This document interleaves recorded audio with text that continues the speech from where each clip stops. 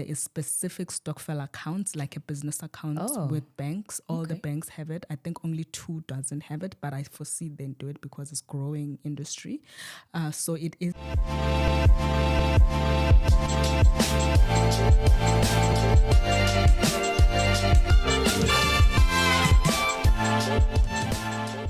So let's go into the finances then of Stokvels.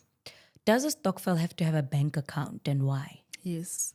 So again, evolving Stokvels, the reason why a lot of time people would run away from money or people eat other people's money was because it was put in somebody's bank account. So you're all putting in my bank account, and then I run into a serious problem. I'm like, no, man, let me just take it. I'll pay it back. So it's to avoid such things. Now there is specific Stokvel accounts, like a business account with banks. All the banks have it. I think only 2 doesn't have it, but I foresee they do it because it's growing industry. So it is in the Stokvel's name. It needs 2 authorizing people for any transactions. It also allows safety and transparency.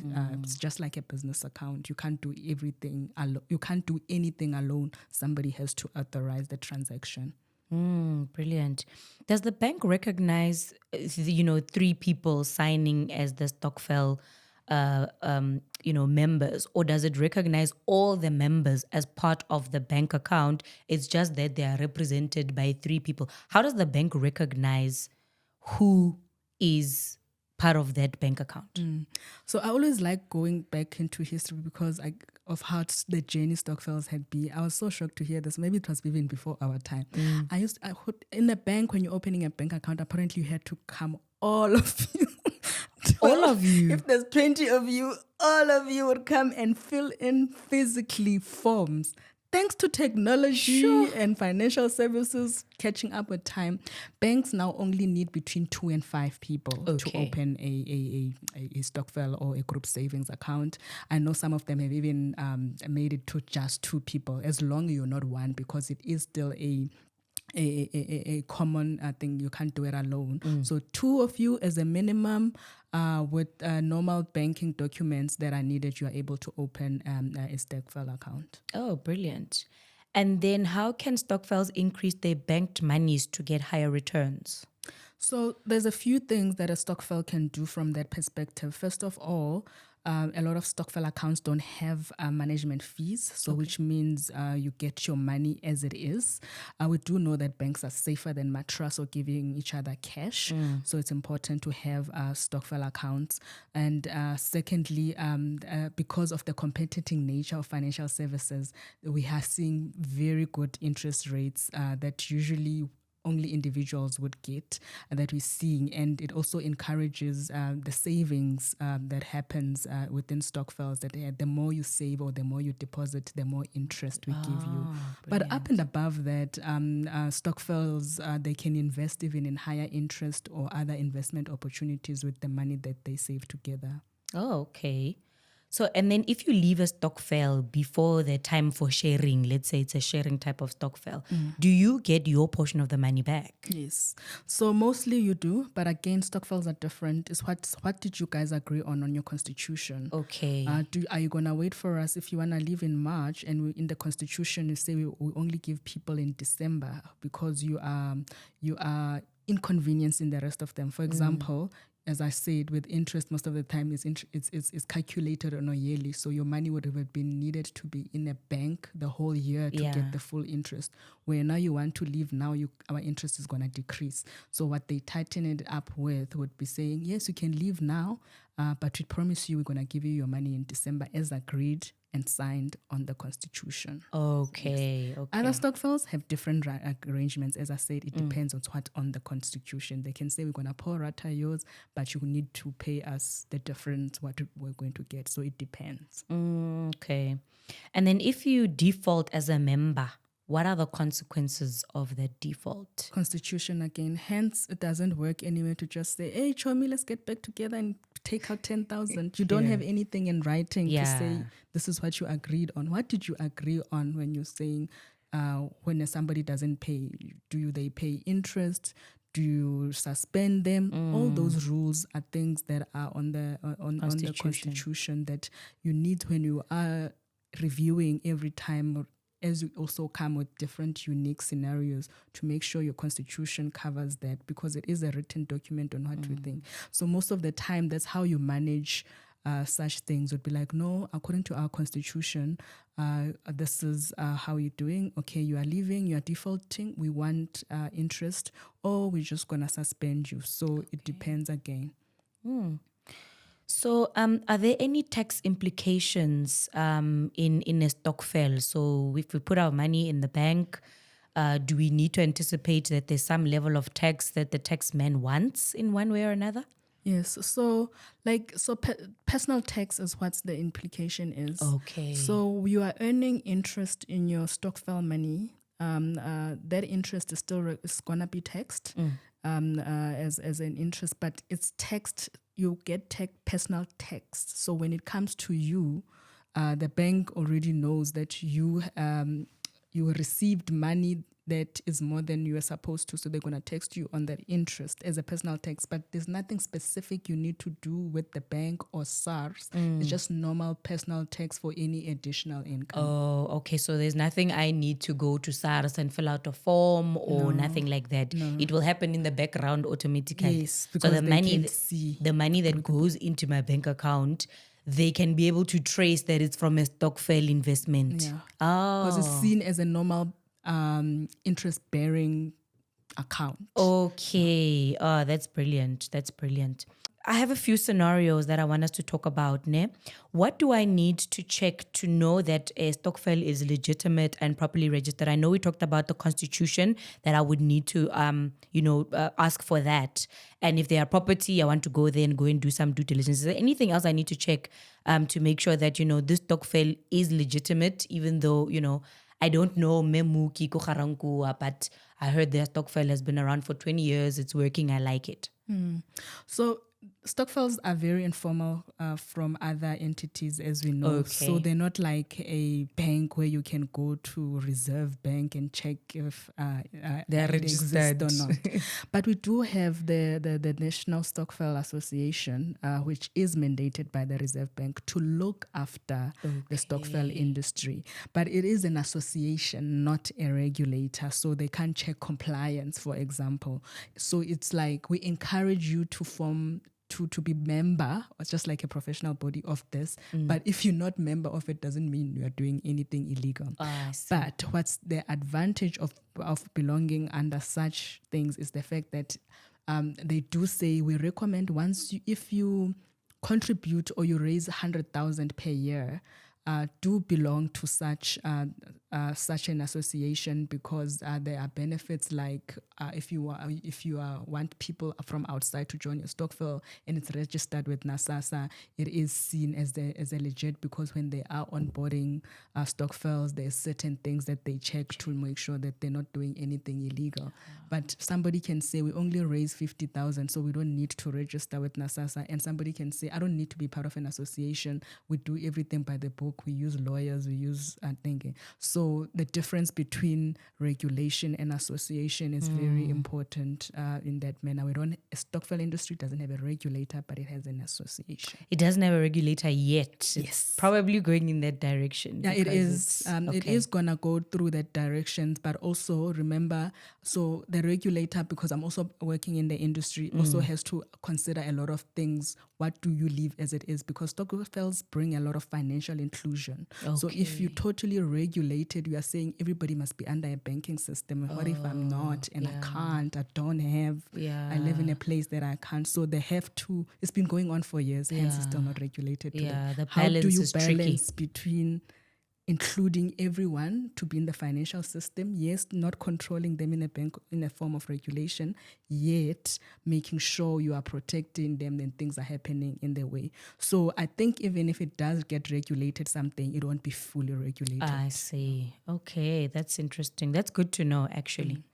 So in a stokvel where people contribute for burials, and the stokvel has dry food pots, the iron cast pots, cutlery, crockery, chafing dishes, etc. Can those be considered assets of the stokvel, and what makes them assets? So in the types of stokvels that we've discussed, this is obviously the most basic one. what do we consider as assets for a stokvel? I actually love those burial societies that do that. They solve so much for people that are part of them. Yeah. So yes, those do belong in a stokvel. Just like a stokvel has its own bank account, those can be under an asset register of the stokvel, which means the stokvel member also again need to be in the constitution. These are the assets we have now. When you buy new ones, you also update who's borrowing them, what broke, and yes, a stokvel can have such assets. But in terms of a stokvel having being able to hold other more complicated type of assets, it's a conversation for another day, because remember, stokvels are not recognized as a formal entity. So for example, things like equity, it becomes a bit complicated to give it to a stokvel. It has to be within somebody who's a stokvel, and a few things needs to be worked around. So it depends on what type of asset it is. But again, we have seen people being very innovative. They are registering trusts, companies, and then they're just using the stokvel as funding, but the stokvels are actually the shareholders of the company. Then they're also then the company owns the assets. So there's a various ways that we are seeing people still using the stokvel model, but wanting to get into more bigger, complicated transactions that actually needs a formal entity like a trust or a cooperative or a company. That is hectic. Okay, so on a basic level, you need an inventory for all of those things called assets. And then now those assets are sitting in Memuki's garage. They're gathering dust there. They've been there for 15 years. Now, hopefully... What are you giving Memuki? Can Memuki's children not think that those assets belong to the Muki family? Do you understand? Like, it really needs to be separate, that the These assets of the ones. stokvel, they're the assets of the organization, and then Memuki's ones must be separate, right? So that's really, really important. The last question... 1 minute. 1 minute. The last question. So the last question is, what is the future of stokvels in our societies? Example, trusts evolving into generational wealth, right? Where do we see stokvels moving in future?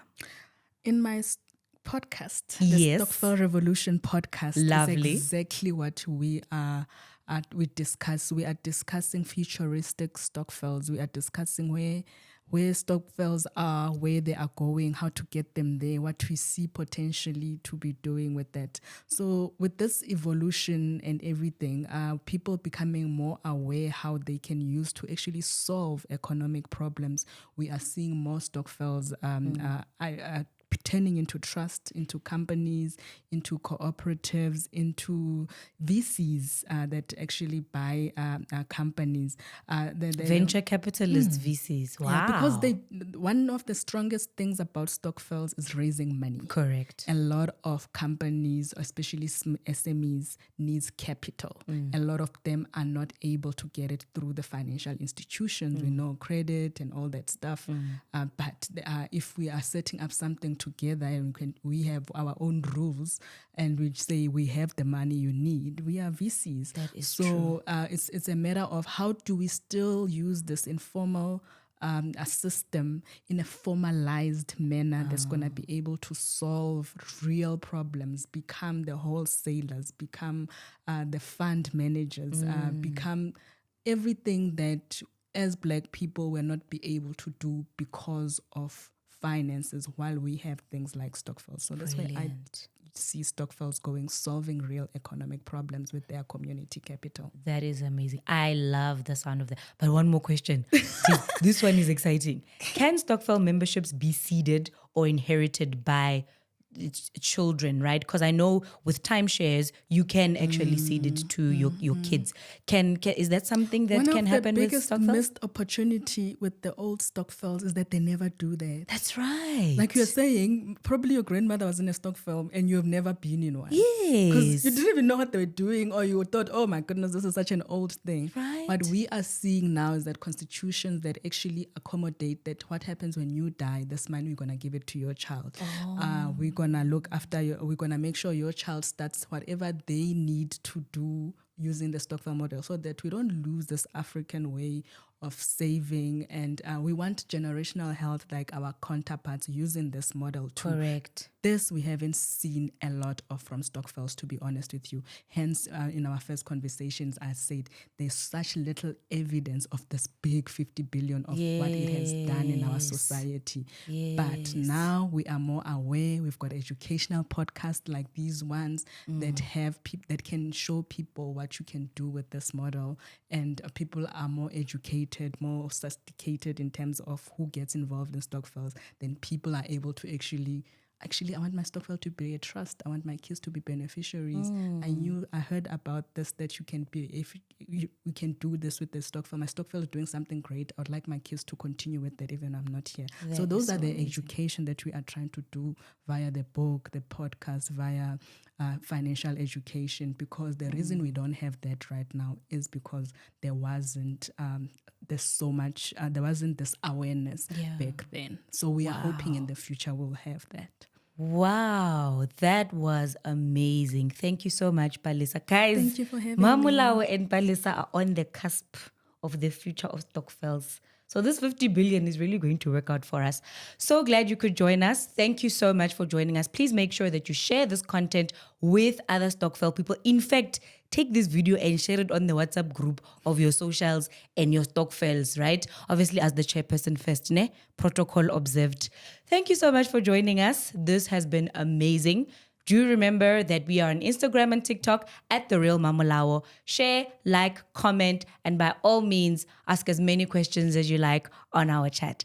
Thanks for joining us. From me, Mamolao, standing on legal business. Goodbye.